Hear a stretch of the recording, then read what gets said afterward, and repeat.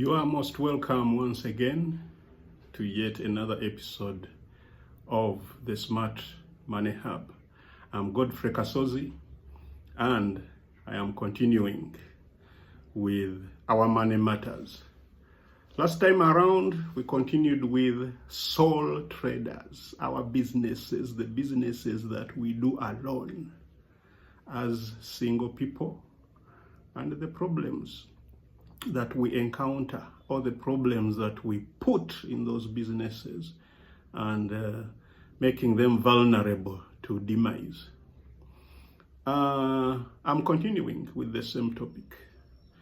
Continuing as in saying that sometimes as we are doing these businesses of ours, we put our personal egos, our arrogance, our intolerance, our anger and emotions, all these together, and mix them up with the business, and therefore cause self-destruction of our businesses. After causing that self-destruction, we start scapegoating and thinking that the distractions are external, yet they are internal. Most common scapegoat here is Vandoga. Kirabika oli atunda obulungi atuloga, yet it is us ffe abeeroga. We destroy ourselves, i.e. that word I'm using all the time, self-destruction. Let me continue. Our cultural norms and our behavioral norms, or our core values, day-to-day core values, tend to interfere with our businesses. I'll give an example of a cultural norm. Women tend to respect their husbands, which is fantastic. I can even never speak against it for even half a second. But sometimes this respect tends to interfere with our business. I'll give an example. You're almost going to nickname me the example man. I have observed it in many places, but let me give one very good example. I observed at a grocery shop, which doubles as a bar, sort of makeshift bar.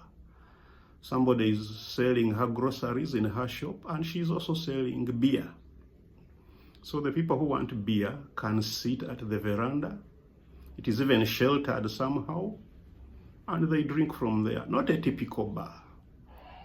Then she has a table that she gives them to place their bottles, where they place their drinks as they are drinking. That table is multi-purpose. Sometimes it is removed from the customers and they put their bottles on the floor. Let me give one example. One day the lady's husband came, and instead of giving the table to the customers, the lady gave it to her husband and served her something to eat on that table.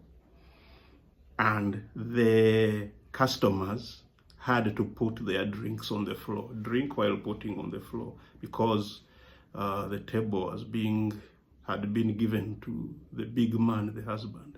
And he stayed there for a very long time, eating whatever he had been given, and even sipping a soft drink, a soda, for a very long time.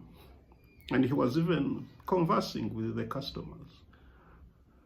That kind of thing, I will not speak against respecting our husbands, but you can see that you are at the business place.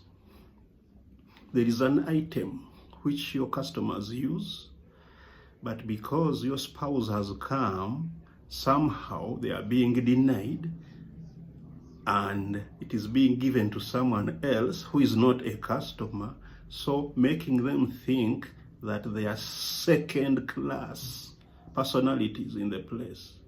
Yet our customers are supposed to be top, high up in the hierarchy. you risk losing some of these people who might be picky and choosy and who might have entondo, and you might lose out on that money. Yes, you might lose out on that money. So I'm not discouraging our cultural norms, but I'm just showing how sometimes we fail to put them aside and they interfere into our business. That is one example. Let me go to another example of a similar place. Makeshift bar and grocery. In that place, when the landlord to the shop owner comes, there is a way he is treated. He comes as a customer, but there is a way these other customers are treated less importantly than him. And it can interfere with your business. He's given priority. For example, if your landlord is a smoker, he's seated with these other people. For him, he's allowed to smoke for the entire time he's there. And even when people try to complain, someone goes and whispers to them and says, you know, that's the landlord, so we cannot. But when he goes away, everything will be okay. Why should your landlord, whom you pay, and you even get the money from that very business, why should he be the one to actually decampaign your business through such behavior? I have a feeling that you can go to him and tell him that the customers do not need this, because the money you're earning from there is the money that you pay him every month, especially if you're a very good customer. Today I have dwelt so much on the way our behaviors sabotage our businesses, our cultural norms, and our core values, day-to-day social core values, sometimes mix up with our businesses and destroy them. I'll end there today. I'm sorry I've spent it so much on examples. We shall continue next time. Let me end, as usual, with a parting shot,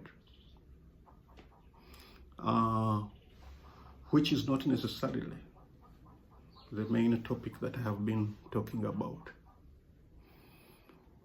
In some workplaces, some workers, when their bosses want to purchase something, especially something that is relatively scarce, they go in advance to where that thing is sold and plan with the sellers. They tell the seller that I'm going to come on such and such a day with my boss. He wants to buy that item over there. Tell him a higher price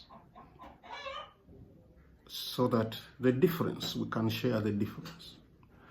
Most sellers do not refuse, they accept because they are going to make a sale. So on the D-Day, the worker takes his boss to that place. The negotiations go on, and the boss sells it more expensively, and he usually doesn't have anywhere to compare because sometimes it is a relatively scarce item which is not sold in very many places. I have been told that it is not only workers who do that. I was overhearing a conversation and I heard that even men who go out on a date, who take out ladies, do the same. That a man can go to somewhere, either a bar or a recreation place, before he takes the lady there, and he tells the waiters or the bartenders or whoever they are that on such a day I'm going to come with a lady. When she asks for this, he specifies the item. You say they are finished. When she asks for a black label or double black, say it is finished. When she asks for champagne, say it is finished, etc. Even some expensive foods, when she asks for pizza, say that it is finished. You just say we have maybe chips and chicken and the like. That they do this in a bid to minimize expenditure because some of those ladies ask for some very, very wallet unfriendly items. Wow, I was amazed. I was not part of the conversation, but I was overhearing. I said, wow, isn't that surprising? But I have a question for you gentlemen who do that. I have a question which I could not ask because I was not part of the conversation. How do you deal with a situation where after you have told those people to say that this and this is not there, then all of a sudden the lady sees someone else, another customer, ordering for it and it is brought? How do you deal with that scenario? Please inbox me and be sure I will not reveal your identity because I wonder how you do that. But anyway, why should I wonder? Yet even in my own culture, there is something that says that there is a saying to the effect that an animal that eats thorns knows how to twist them within its mouth so that they don't injure it. Well, so I think you generals have a way you deal with that challenge, but it is still puzzling me. Well, let us end there today. We shall continue next time. Have a nice time. Watch the videos and share them, and even keep subscribing to the channel. Bye-bye.